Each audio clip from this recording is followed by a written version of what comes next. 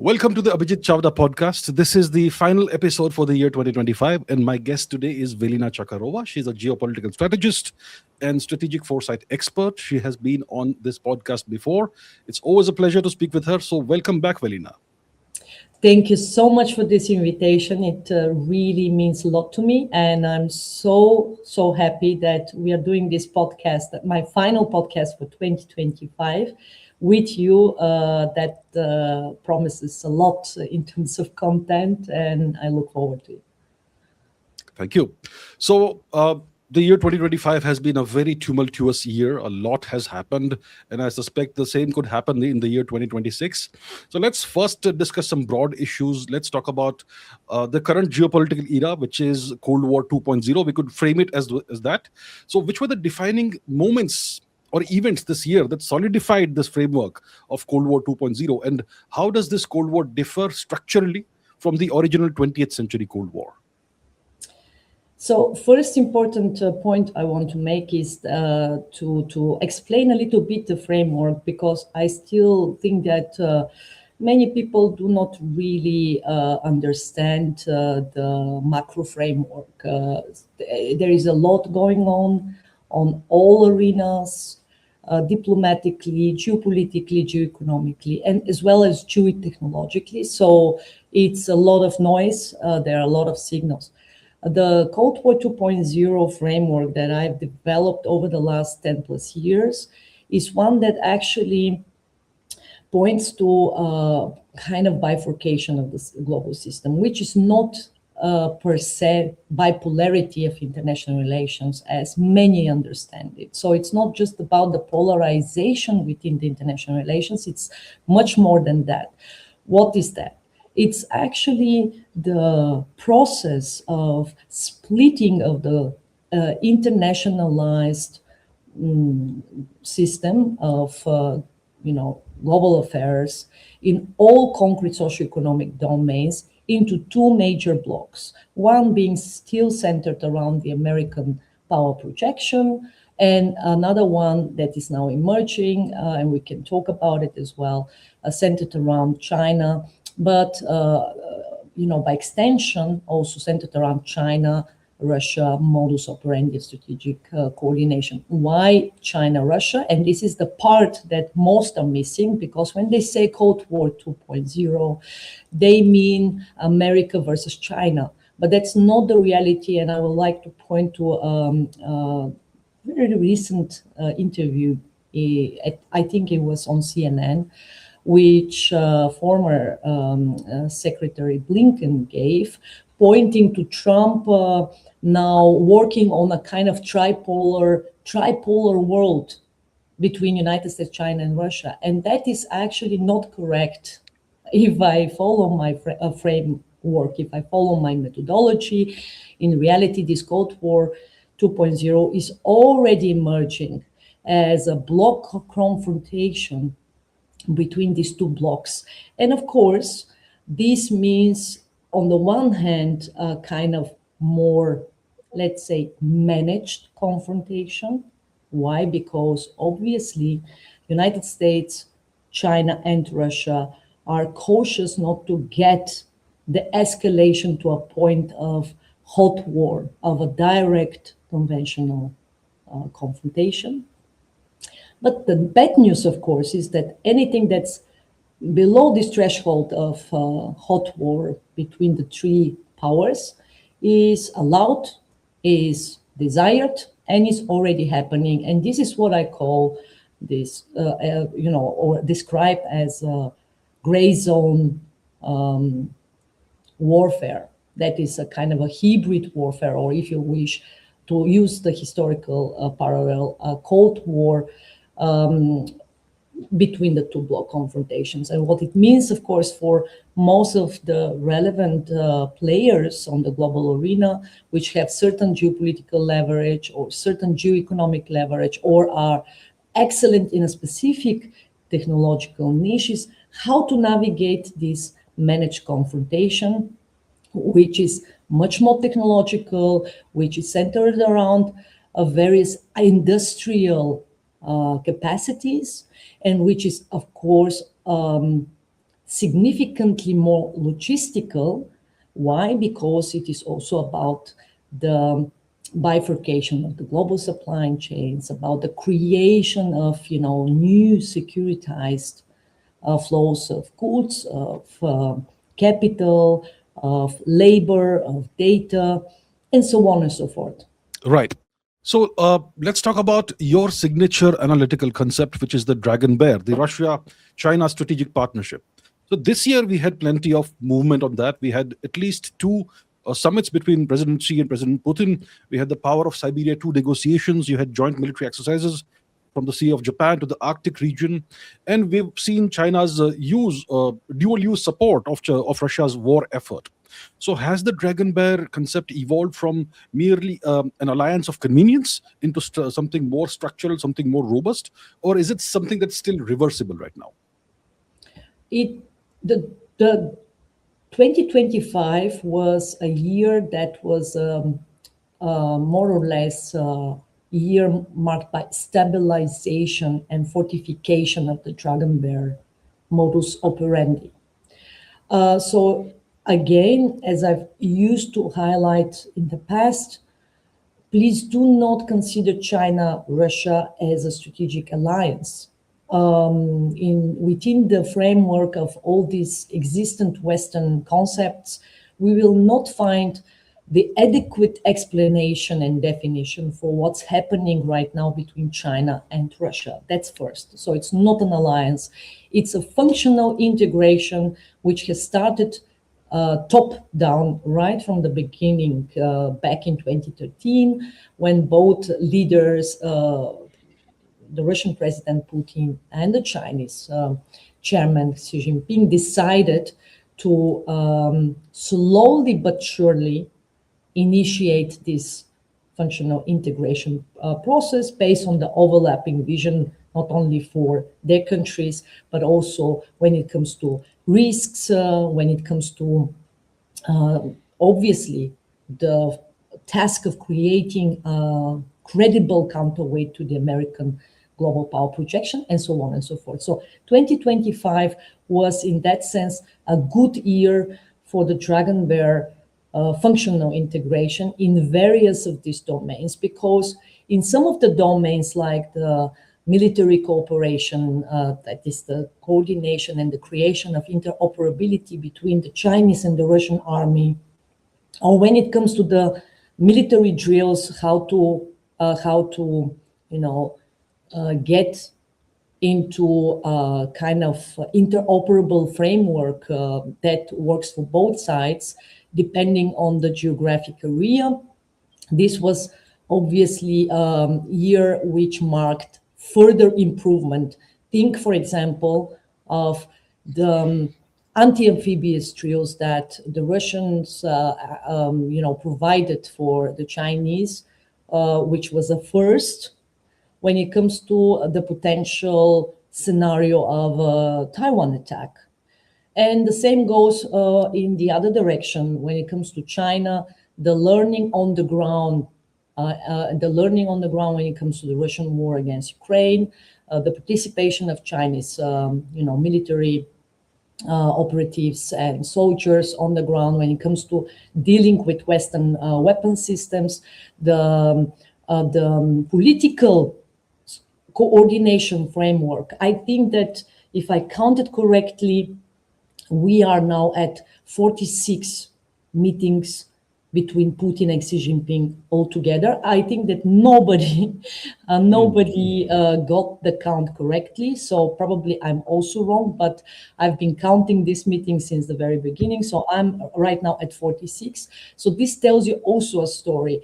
Then, of course, in other areas such as the economic portfolio, meanwhile, if you take a look at how China has become, the largest, let's say, combined client for Russian fossil fuels, that is combined oil and gas. So Russia has become the first supplier. Or if you take a look at the currency settlement, which is again dominated. So China dominates, the Chinese yuan dominates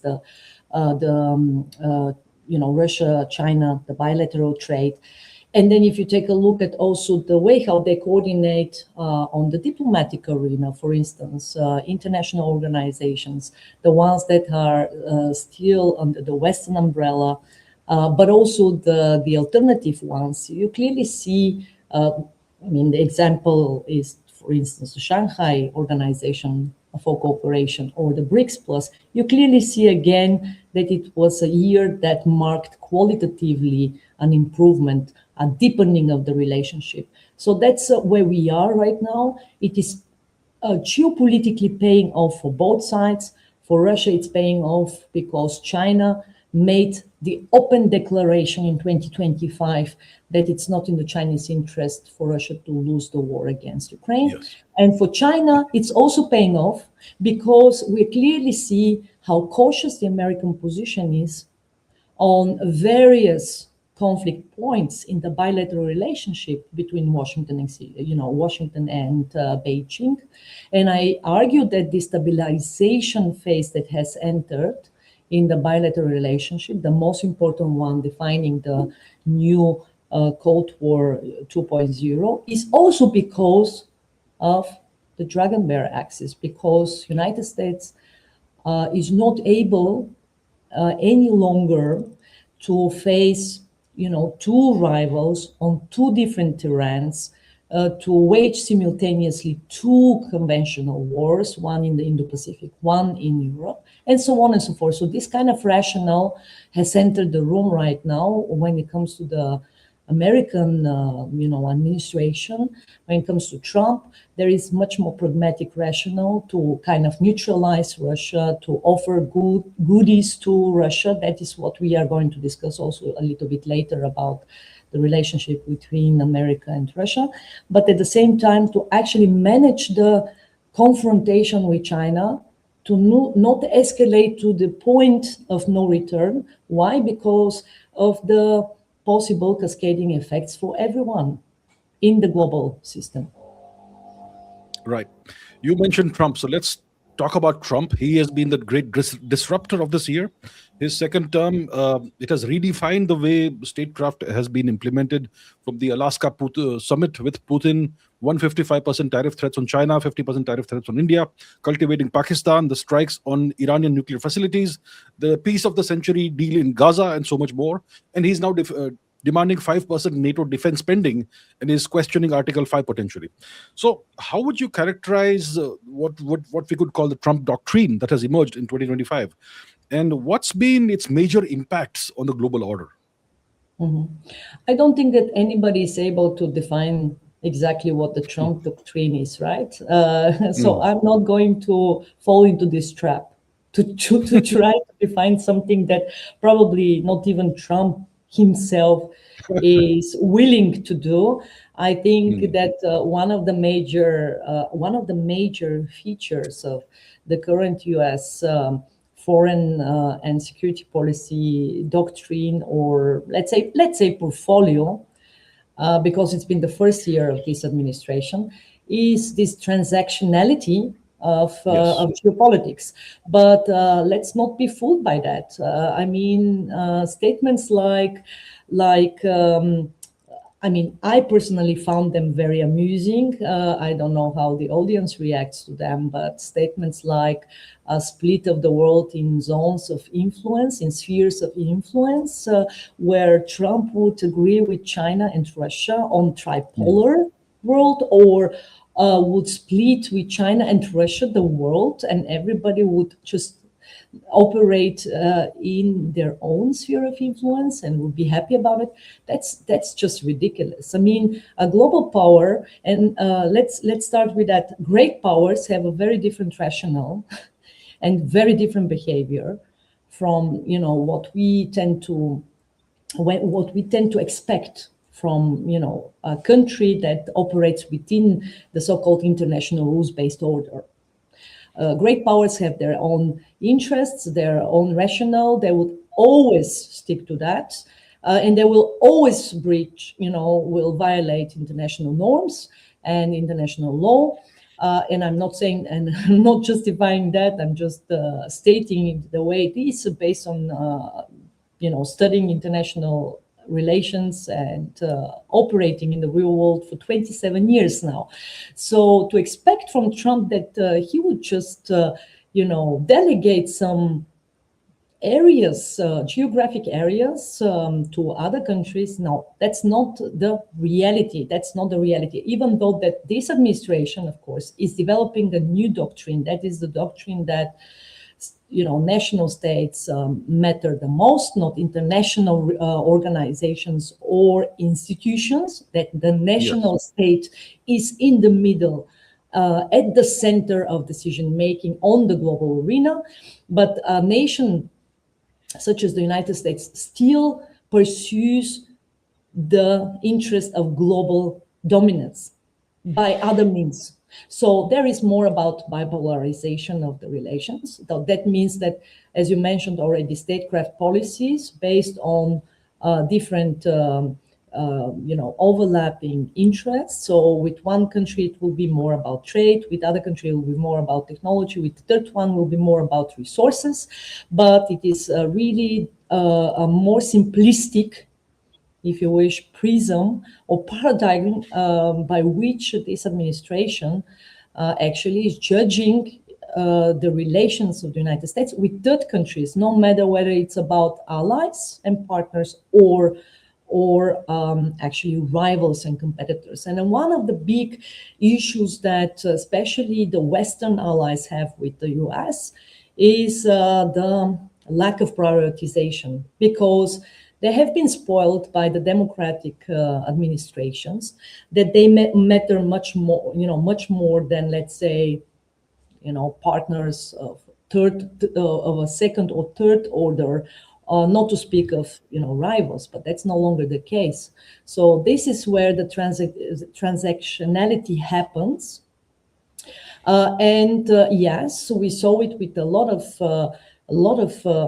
concrete examples. Meanwhile, not just the tariff policy, which I argue is not particularly about economic statecraft, but it's more about actually geopolitical realignment. It's a pressure point specifically on allies or potential partners to kind of pay an entry ticket if they want to be part of the American umbrella in the future, because everything is going to have a premium. If you want to ship your goods, if you want to, use a facilitated supply chain within this American power projection zone, this is your premium price that you have to pay on it. You might not like it, but that's the new reality, because yes, and this is another component of this new, let's say, paradigm, and that is that the US is no longer going to be the global policeman who is going to securitize the global supply chains and is going to facilitate through globalization the flow of everything, because countries like China obviously have been the greatest free riders within the system, not providing for the security, and so on and so forth. So again, of course, it's an unpleasant part. It's a kind of, very painful realization, especially in Europe, but that's the new reality, and that's also part of this. And we saw it actually with the US security strategy, where, and this was very interesting also, very, very interesting thought process, and a way of dealing with this document, especially here in Europe, where the anticipation was that this document is against Europe. But actually, I argue that this document is mostly about Europe because of Europe, because one of the major parts of the West, of the former West, because these kind of concepts are, I think, turning into the past, the rules-based order, the collective West, and so on. But of course, one major component of this West is Europe, and the so-called Euro-Atlantic alliance. And this part of the West is what now the US is perceiving as the weakest part of the bloc. And because of this weakest part, there is now this realization that either Europe has to do things differently on the geopolitical and the geoeconomic arena, or it's not going to be part of the West anymore the way it was. So I think that because many discussed this here in Europe and said, the document is not about China, it's not about Russia, but these things are clear. I don't think that more needs to be said about the intentions of the US in the long run. The intention of the US in the long run is to win the Second Cold War. Whatever it takes, the winner takes all, whatever it takes, we are going to fight the Dragonbear, and specifically, of course, China, because Russia is the, let's say, the weaker part of this constellation. We are going to, confront and fight the Chinese on all arenas. We are going to fight them geoeconomically, we're going to fight them geopolitically through proxy wars and confrontations in third countries and with third countries, and also geotechnologically by winning the fourth industrial revolution. The masks are off, we want to win this competition. So I don't think that you need to make it clearer, to say it in a more explicit language in a document, because these have been the statements by all relevant players within the US administration. So yes, the US strategic document, the new strategy, was mostly about Europe, how to make Europe stronger and let's say not on par, obviously, but how to bring Europe back. And of course, we can talk about it as well. There is an ideological component. As in every competition, there's going to be an ideological component. And right now, if you take a look at the way how this political establishment is also perceiving itself ideologically, because there is a political ideology, the MAGA ideology, the right conservative ideology. There are many ideologies. There is not a one kind of silver lining within it. There are many components, but ideologically, right now, this establishment in Washington and the Trump administration itself, and the European political and institutional kind of class are absolutely on the two extremes. So there is almost no kind of overlap. Yes. So, and that, of course, in itself is now a security matter. It's a matter of conflict that then spreads to all relevant issues where, let's say, the Western bloc is being challenged. So it's putting an additional layer to all of this.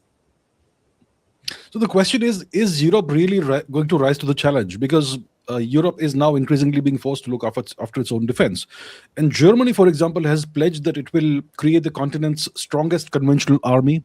The EU has launched the SAFE mechanism, Security Action for Europe, and Canada is joining the European Defense Mechanism. So is Europe actually in the process of now beginning to rise to the challenge that they perceive, or is it still more words rather than actions, more rhetoric rather than reality? Yes, you rightfully pointed out that Europe is strategically awakening. But I used to joke that, yes, because I've been asked this question, let's say, for the last several years, even prior to 2022. And my reply was always the same. Yes, Europe will wake up. Yes, Europe will wake up only through pain, when it gets punched by, let's say, by reality, when it will get punched in the face by reality. And this is what's happening right now. It's painfully aware about reality, but still what is missing is mindset. So mostly the mindset in the current decision-making body, which is not just national centered. That means the governments in the member states. We have a very complex decision-making process within Europe, which is a combined one between institutions in Brussels and the member states, and then we have the European citizens, who are participating, in both processes. So in that sense, what is really lagging is execution, the scalability of decision making. As you rightfully pointed out, indeed, defense spending commitments are up, and it was the Trump factor because Yes. in reality, all democratic administrations were also pointing to the same problem, but the European partners were conveniently ignoring their demands. This was the case with Biden administration. This was the case with the Obama administrations. Right now, it's the reality that's punching Europe in the face because ammunition is missing, air defense systems are missing, industrial output, and especially defense industrial output, remain constrained. So Europe is talking a lot about strategic autonomy right now when it comes to the troubled bilateral relationship with America, but also when it comes to partners, third partners.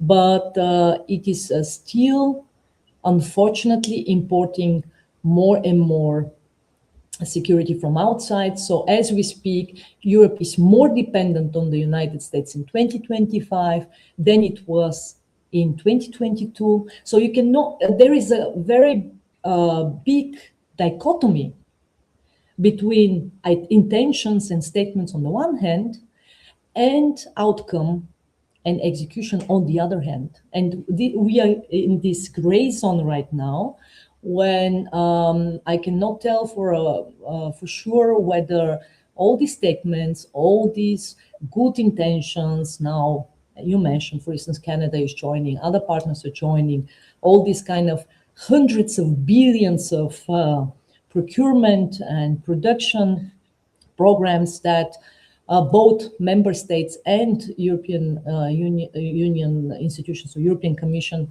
for example, are going to fund and promote. But the point is, what is the timeline? In what kind of time framework there will be concrete outcomes? Because we saw a lot of commitments in the last 4 years when it comes to military aid for Ukraine, and a lot of these commitments were not actually met. They were, and then of course, if you take a look at the threat report and the outlook for the upcoming year, you have a serious hybrid warfare outlook, including all this kind of sabotage and cyber attacks, including the energy infrastructure pressure, including the weaponization of commodities, migration weaponization, the nuclear blackmail. All of this is real, and it is affecting political decision-making because it creates the exact psychological effect on the population in the European states that then converts into a serious political voting. And I would argue that Europe has already entered a permanent gray zone hybrid warfare. So Europe is in a war by other means and is acting as if it were still in a peaceful framework. That is why this dichotomy that I'm seeing between statements and commitments and real outcome is going to grow further. And I would argue that if there is no real action, we might end up with a situation of a bifurcating Europe, a Europe that is also being split into in two major parts. One, that because of the security threat perception, because of the growing hybrid warfare, is going to increasingly side with the United States to prevent the United States from fully withdrawing from the, from the old continent. This will be countries which are closer to Russia and would be in a dire need for more security and defense cooperation, also industrial cooperation, to scale the production process. And then we will have also countries that are, far away from the direct threat, which have a different perception, different threat report, and then there will be, more in the field of statements and promises, and commitments, but like the one on the 5% of GDP for defense spending within NATO. But because of the domestic politics, because of election cycles, they will be busy, more or less will be busy with themselves. Like Germany is the case, France is the case. You gave the example of Germany with all the statements about, the revolutionizing of the German army, and using new fiscal stimulus to actually not just increase the defense budget, but to really scale up the German military. But my question remains, well, we had similar statements 4 years ago about the German, so-called German Zeitenwende, and you saw what happened. 100 billion euro was promised on behalf of the German government at that time to be spent only for defense, and none of this 100 billion was actually spent before the next chancellor came. So I'm very, very cautious about these grandiose statements and commitments, and I will be looking very carefully for incremental change on the ground when it comes to these concrete initiatives. You mentioned the weaponization of immigration. I'm wondering, what is Europe doing? Why is immigration being forced on nations? Immigration from countries where the values and culture don't align with European values and culture. What's happening and why is it being done? This is a major issue. Actually, a lot of it is self-inflicted political pain because of political correctness, because of political constellations within the member states, which created this welcome culture 10 years ago. And now, of course, we'll never, ever admit that it was a mistake. I mean, of course, the large migration wave in 2015, 2016, and since then, it was a major issue. If you take a look at actually, at the concrete data, if you take a look at the data that being provided regarding the three main migration corridors in the south, in the Mediterranean, and then Balkan route, and then you have one that is going mostly towards Spain, and from there also towards Great Britain. You clearly see that, the data is not pointing to exorbitant quantitative change. So right now, the situation in quantitative terms is not much worse than before, but it's being also politicized. On the one side, it's being politicized because of the lack of necessary rule of law, so legal norms within the member states to tackle the issues linked to migration.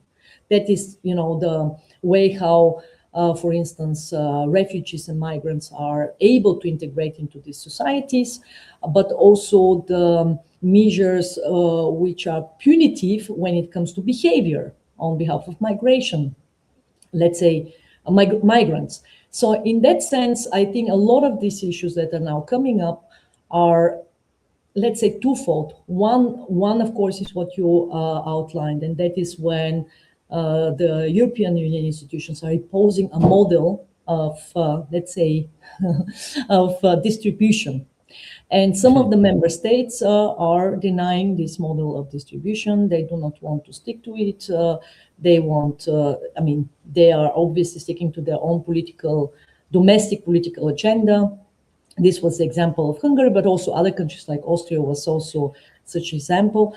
And I think that it's going to grow further. I mean, this pushback coming from member states is going to grow further. So this is the one side of the story. And the other side of the story that I was actually outlining is the domestic side of the story that is more linked to the lack of legal tools of governments to tackle the issues. Because let's be real, I can give you the example of Bulgaria. In Bulgaria, the share, for instance, of Muslim population is the largest in all member states as a share, not as a number. Yes, not as a number, but as a share of Muslim population.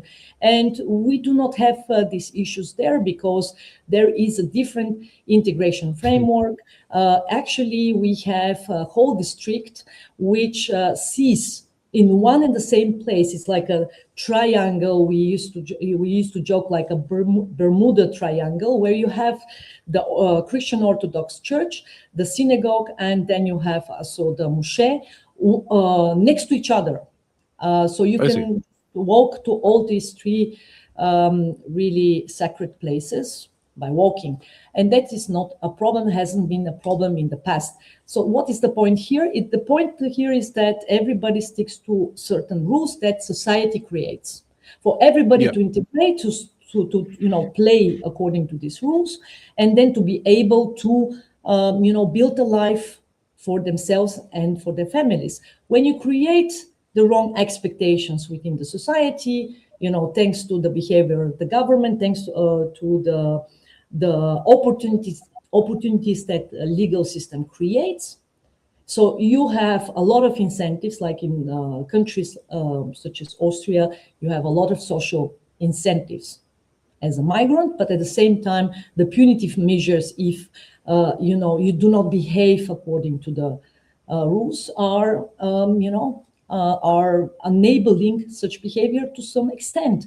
So I think that is the combination, the mixture of these two factors, the external one when it comes to decision making being imposed from outside, but not fitting with the domestic expectations and attitudes of society. And then when you have the problems from inside, when it comes to certain behavior, and I don't mean only, the one linked to terrorist attacks within Europe. I mean, of course, obviously, the more general problem. That is a problem that, to great extent, is artificially created by the lack of adequate measures on behalf of governments in most of the European countries. So you go to UK, or you go to Sweden, or you go to France, you go to Germany, and everywhere you see the same patterns of behavior when it comes to government and political institutions,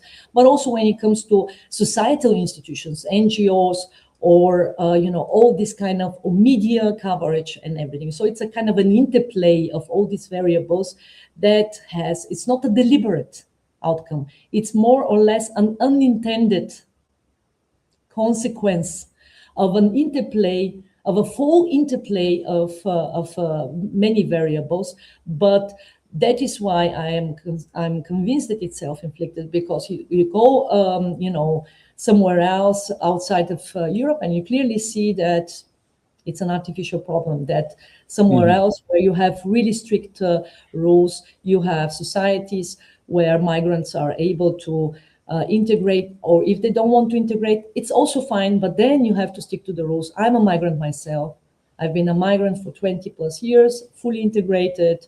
Then, of course, that means that you have to have the mindset of also, become part of something else or something different, and contribute to this, to this society, to this new framework of which you are part of. And I think that this is the third component. Many are just coming to free ride, to have the benefits, to enjoy the benefits, but not contribute to the whole in any way, because you cannot tell me that you come and live in a different country for 20, 30 years, you don't even speak the language.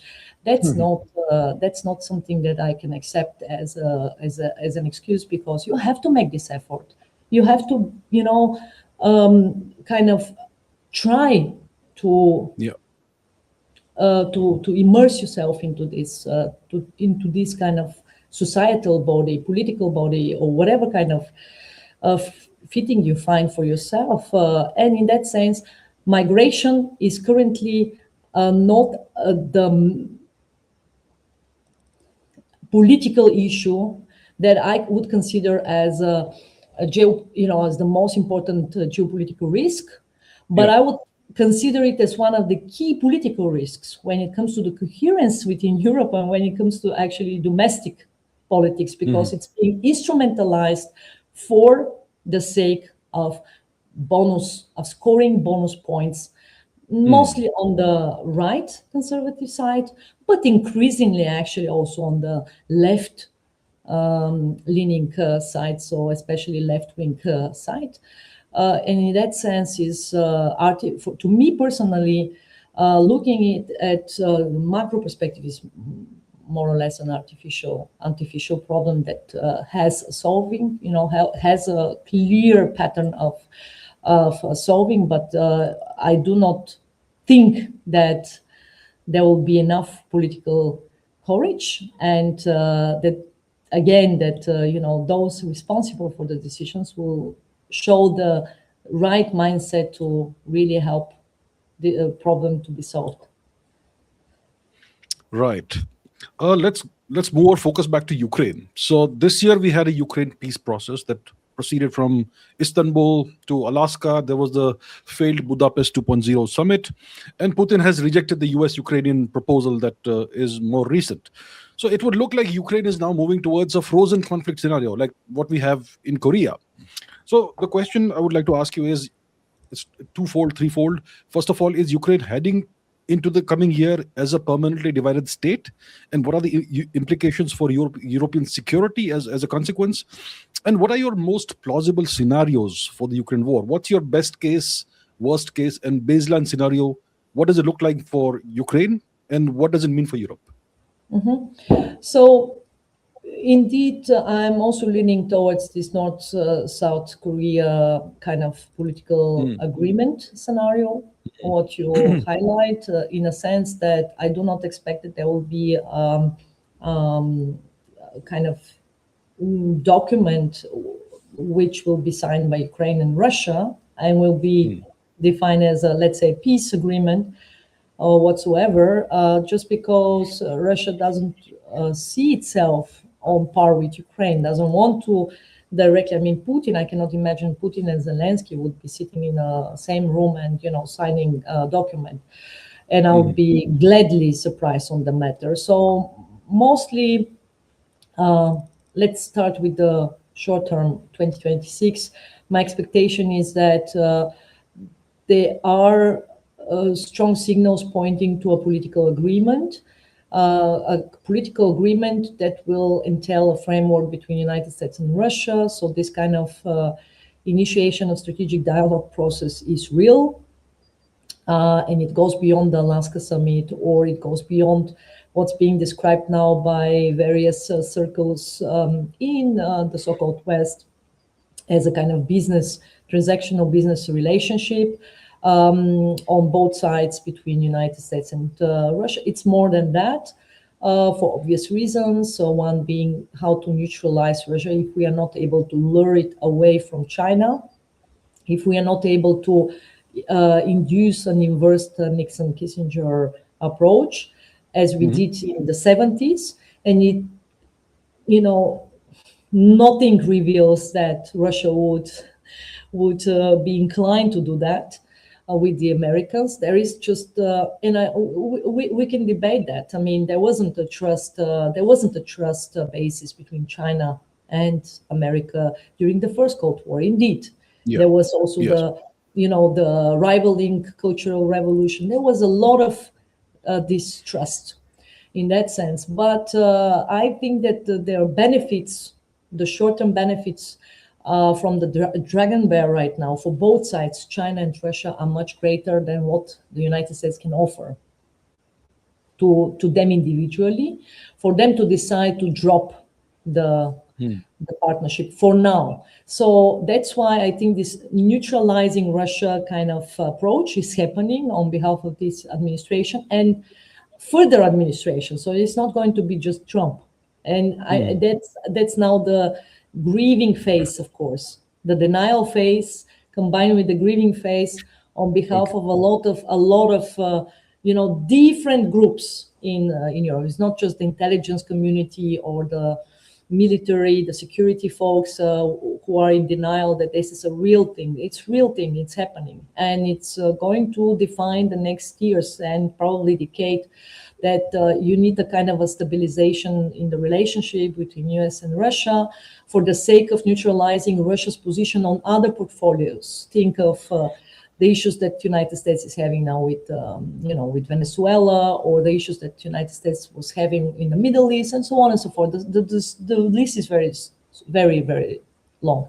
So coming back to the short-term scenario, yes, political agreement that ideally from Russian perspective would be signed by United States, maybe even by China. So you have like a new triumvirate of great powers, similarly to the North Korean, South Korean scenario. And in that sense, then you have like an induced ceasefire, which will finally lead to not just seizure of the military activities, but will give this long-awaited breather for economies on both sides, Russian economy, European economies, and by extension, of course, the American economy, and will help all of them to finally undergo a long-awaited a phase of restructuring that started already with the pandemic, if you remember. So since pandemic, the whole, let's say, the global economic system has been undergoing turbulence. But that doesn't mean that the war stops. It means that the war gets into a new time frame. In my case, in my scenario, the time frame is then 2030, 2032. Why? Because the ultimate goals of Russia will not change. This tactical improvement of the relations between US and Russia, the stabilization, as it was outlined also in the US security strategy, of the relations between European NATO countries and Russia, preventing direct military conflict between Russia and European NATO members for obvious reasons, not altruistic ones, which are that the United States do not want to be part of any conventional war on the old continent. Okay, that is going to be the aim, let's say the aim for the next 12 months. And then you have the midterm election next year, so you get the idea. So the United States want to be more focused on its own domestic issues. The European economies have to, recover. Ukraine will need this kind of push towards European integration, so that it strengthens its, let's say, own defense capabilities, but also gets integrated into the European common market, European integration. I think this is going to be the big agenda. But the question mark remains when it comes to the credible security guarantees. I personally, if I would be to advise the Ukrainian government, would have two major issues in my mind. One being NATO, the NATO membership, which is now absolutely 100% unrealistic. And the second would be the possession of nuclear weapons, which is also short-term unrealistic. So what remains is actually, as a third most credible security guarantee, is actually strong, unbreakable Ukrainian army. That means the goal to strengthen from Ukrainian perspective, the first goal will be to securitize a certain sovereignty, because North-South Korea scenario is that it gives you sovereignty back, because under the framework of a continuous war, all of your sovereignty is being questioned. And yes, this is the ultimate goal of Russia. Russia doesn't want that Ukraine preserves sovereignty in the long run. So if the stance of Ukraine cannot be changed, and it won't be changed because the pro-Western stance will remain, it will be coupled with the further ongoing process of nationalization, so national mindset creation. So that means that the ultimate goal will remain the one that was on the 24th of February 2022, which is to erase Ukraine from the map as a country, as a territory, as people, and so on and so on. So it doesn't have to, it doesn't have to happen in, let's say, the next 3 to 5 years. It is a long-term goal.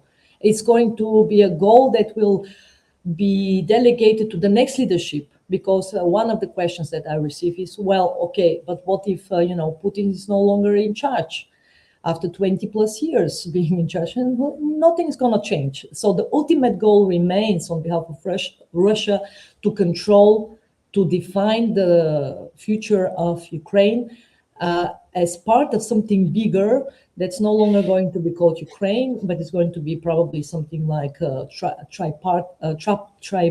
tripartite union with Belarus and with Russia. But in the end, it's going to be Russian in mindset, in language, in interests, in political leadership. You see, that is something that still remains on the agenda, as I said, beyond 2030, 2032.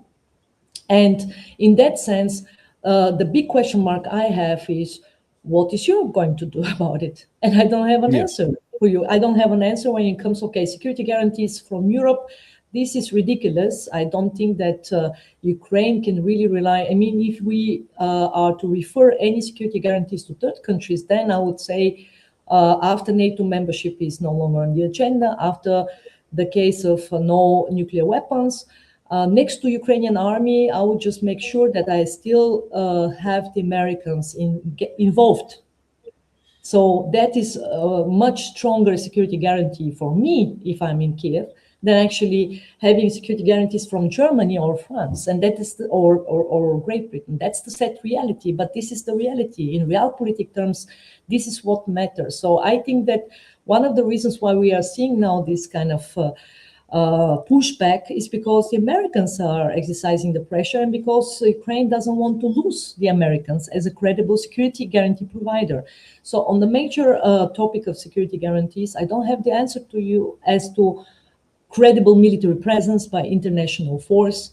I mean, if we are putting this on the table, then probably third countries like Turkey will be much more credible provider of international troops on the ground when it comes to this kind of buffer zone, demilitarized zone, or whatever kind of specifics this agreement will have.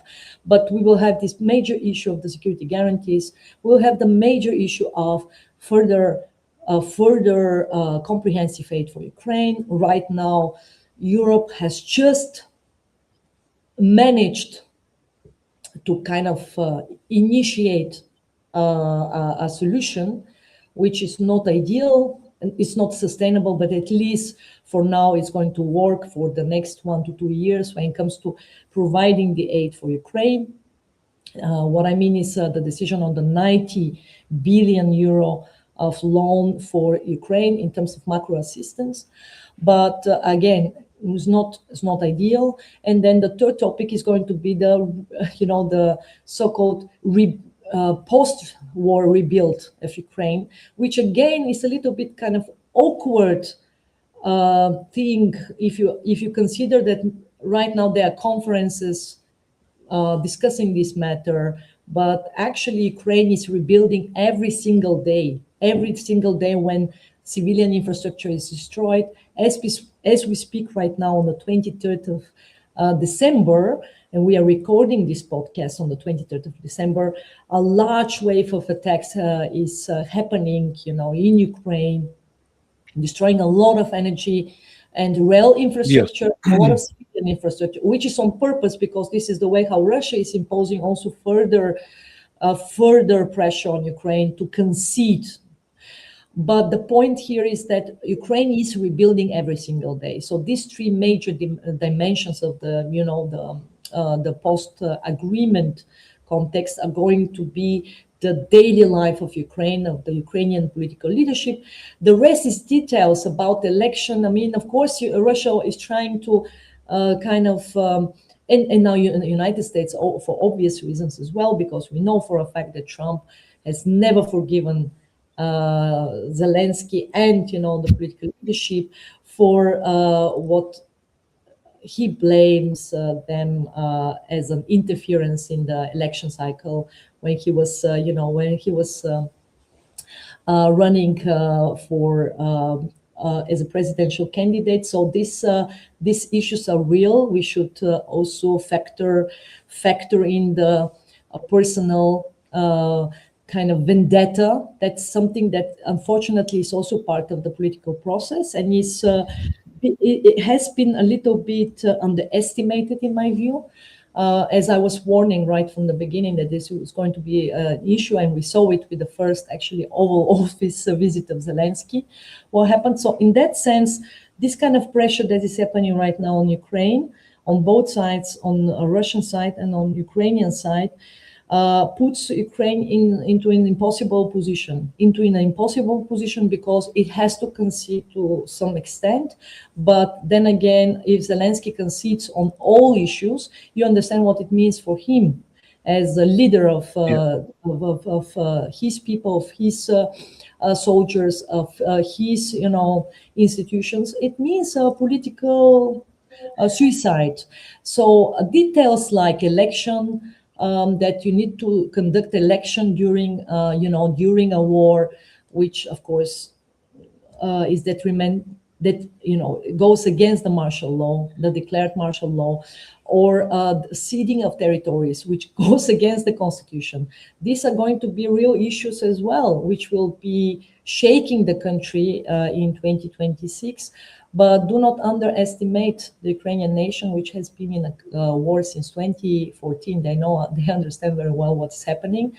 And in that sense, yes, short break, 2026, probably 2026, 2027, will give a lot of hope to everyone. And then, the big punch by Realpolitik in the face of, again, everyone, especially here in Europe, with revival of the war happening probably, as I said, after 2028, because Russia will be strengthened, the Dragonbear is going to, be alive and kicking. US is going to be probably in a worse position if its allies and partners are not getting their act together. And it doesn't look like the Europeans are going to get their act together geopolitically and geoeconomically. So a lot of variables, a lot of critical uncertainties. That's what I have for you as an answer as of now. Right. Let's now move further eastwards to the Indo-Pacific. And one of the major flashpoints, obviously, is Taiwan. And China and Russia are deepening their military integration aimed at Taiwan. I mean, we had 2-3 months ago leaked Russian training plans for PLA airborne forces that came to light. And China is continuing what you call the gray zone pressure. PLA's readiness is advancing. And at the same time, we have the US national NSS, which now prioritizes hemispheric defense. It's retreating to the Western Hemisphere. So based on all of this context, what is your assessment of the risk in the Taiwan Strait in 2026? And at what point do you believe that the probability of kinetic conflict becomes unacceptably high? Yes.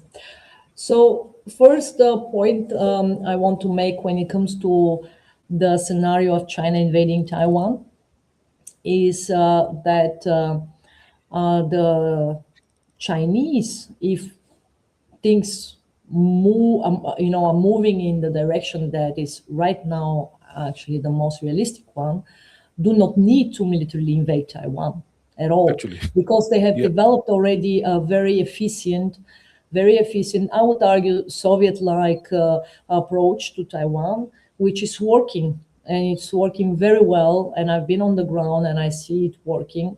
And that is an approach that I defined a few years ago as death by thousand cuts approach, meaning that you need only to make small cuts to the system, be it the political or the economic or the societal one, and the system won't actually recognize these cuts as a serious threat.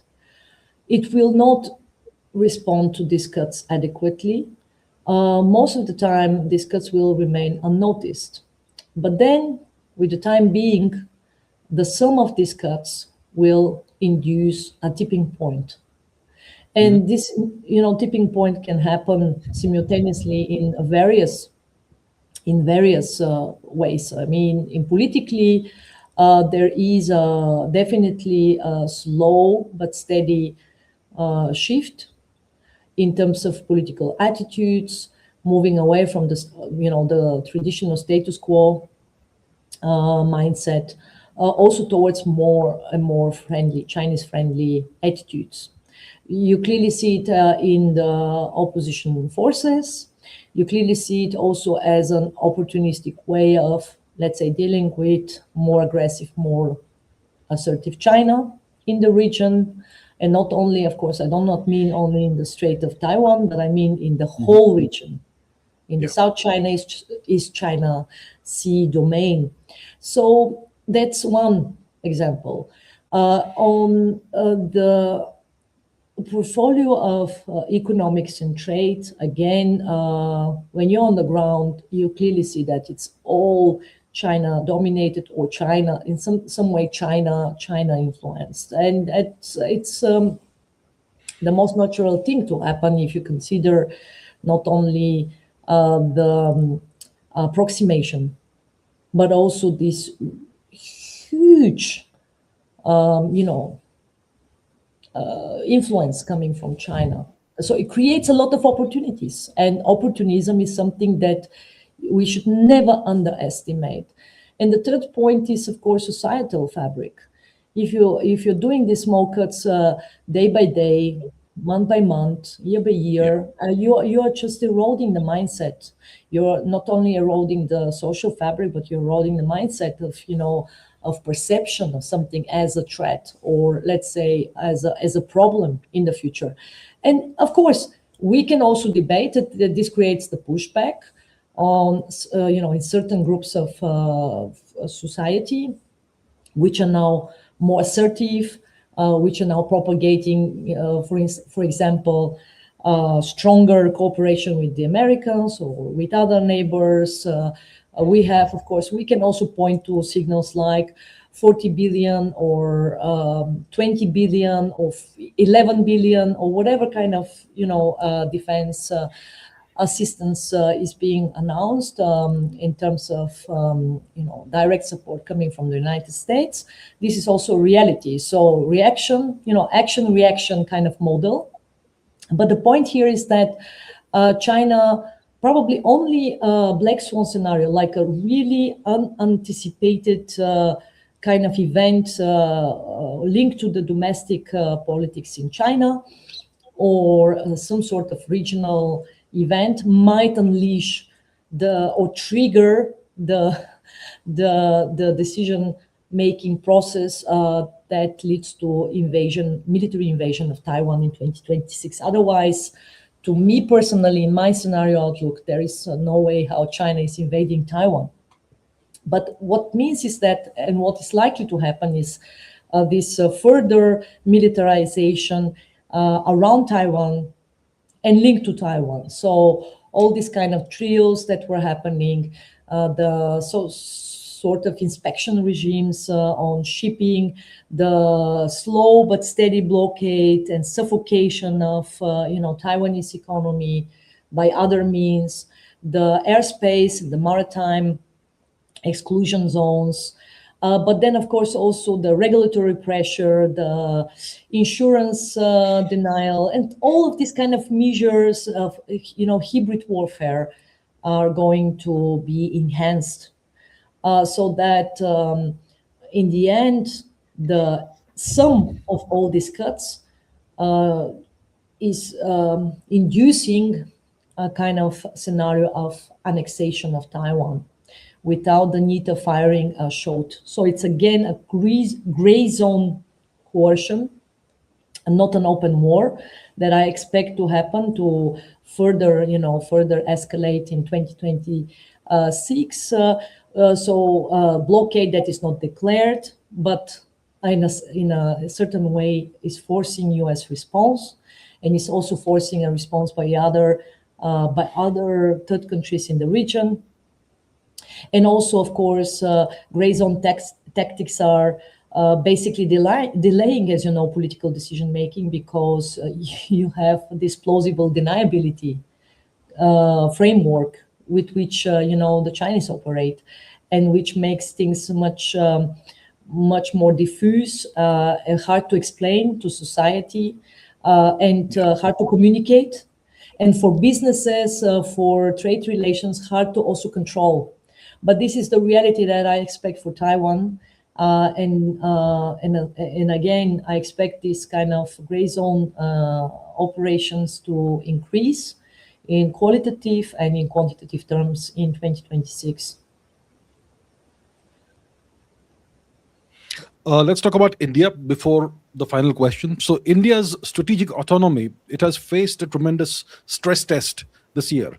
We have the tariffs from Trump, 50% tariffs, and Trump is courting Pakistan and meeting its army, hosting their army chief and claiming to mediate on Kashmir. So has India's multi-alignment strategy proven to be resilient in this year, or has it exposed some fundamental contradictions? And can the India-US partnership survive under all these pressures? These are several questions. All of them can be answered shortly. I would start with the answer that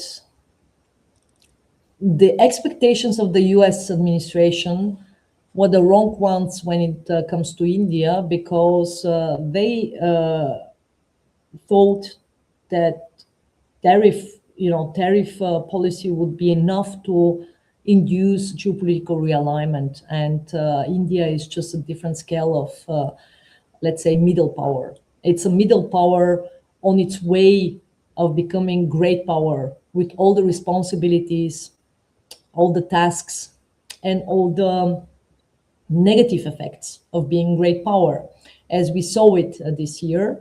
First, because it denied Trump and the U.S. administration the mediation role in the conflict between, in the escalation actually between Islamabad and Delhi, and it stick to it until the very end. So that was a very, very high price to pay, right? I mean, second point, of course, was, again, you should never underestimate the personal variable, the variable of the personality of the characters. And here we have two strong characters on behalf of Prime Minister Modi and US President Trump, who on the one hand are actually have had quite strong partnership in the past, and it was expected this partnership will be projected in the future. But again, because of the clash of tactical interests and combined with these personalities, we saw exactly the opposite outcome, which was which makes now in retrospect makes perfect sense. But at the time when it was happening, it created a lot of insecurity, especially in India. I mean, the way how the Indian population is now perceiving United States and is perceiving the role of US and is perceiving the future of the US-India relationship is very different from the way it was before this kind of short-term crisis is happening. But at the same time, I said it very clearly, and I still stick to it, that this hasn't been the worst crisis in the US-India relationship, as many Western analysts were highlighting it or defining it. No, it is not. It is more or less kind of what happens when you have strong partners and strong counterparts. Because India in 2025 is not India that was, 25 years ago. Yes. And one of it had to happen to show also the limitations and the constraints of the US politics. So it had to happen in a sense, but it can happen only to someone who is strong enough to absorb the pushback. So the tariff policy was such an example. The 25% additional of tariff was a tariff imposed only and solely because of the deepening of the relationship with Russia. And it was a way how Trump administration tried to actually exercise pressure on India, for India to exercise pressure on Russia to come back to the negotiation table, which, as we know for a fact, didn't work, because as we speak, the Russian oil is still flowing. It has still flowing to India, but not only that, it's going to find ways to bypass secondary sanctions. The strategic relationship between Putin and Modi has deepened. We saw a very, very special and very important visit by Putin. He was welcomed by Prime Minister Modi even at the airport, which goes against the protocol. So, I mean, there have been so many signals pointing to the exact direction that they needed to point. And in that sense, my expectation for 2026 is, if we end up with what I already outlined as a political agreement between US, Russia, the extension of it, one of the extension of it, or the consequences of it, will be that this additional 25% tariff will be removed, and the rest of the 25% tariff will be reduced, likely to, ideally to 15%. Maybe also in the space between 15 and 90%. So you see how things are happening. They're happening in a slower mode because of the realities of the clash of national interests and strategic goals. But India has a scale as a geopolitical player that can no longer be ignored by anyone. It cannot be ignored by the United States. India has actually, thanks to this leadership, also put itself in a very different starting position, which was much better off than geopolitically than in previous episodes, because it also has stabilized its relationship with China, which is a tactical stabilization, but very important one, which has nothing to do with Trump, has nothing to do with the United States. It happened before Trump actually came to power, but it was necessary in regional terms and in economic terms, and it put actually India in a much stronger context to negotiate also with United States, because that's also part of the whole issue, because they have done the homework of stabilization before the Americans started the whole process. And in that sense, again, we should not put India in the same pot with other middle powers. It has a very different scale and scope of exposure.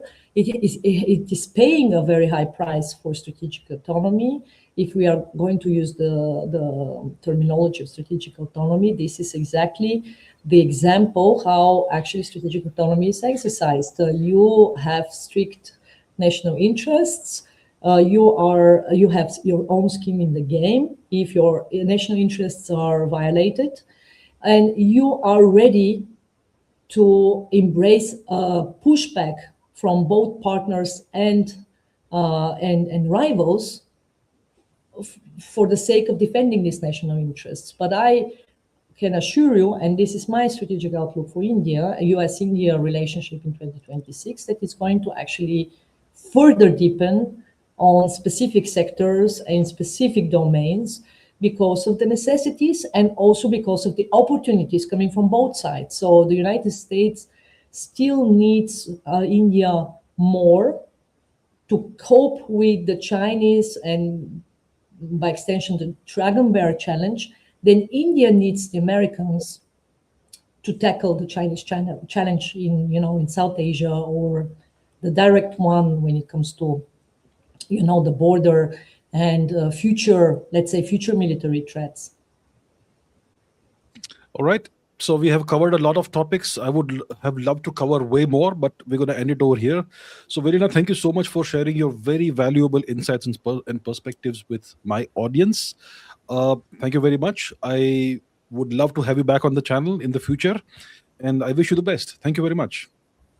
Thank you very much, and I'm wishing you and your audience very successful, healthy, and prosperous 2026. I look forward to discussing all these issues with you once again in the new year. I would be very curious to actually hear your feedback on the strategic outlook for the new year. Of course, what your assessment is. Next time we should do the opposite interview, where I'm going to ask the questions and you're going to present your outlook for the upcoming year. Thank you very much.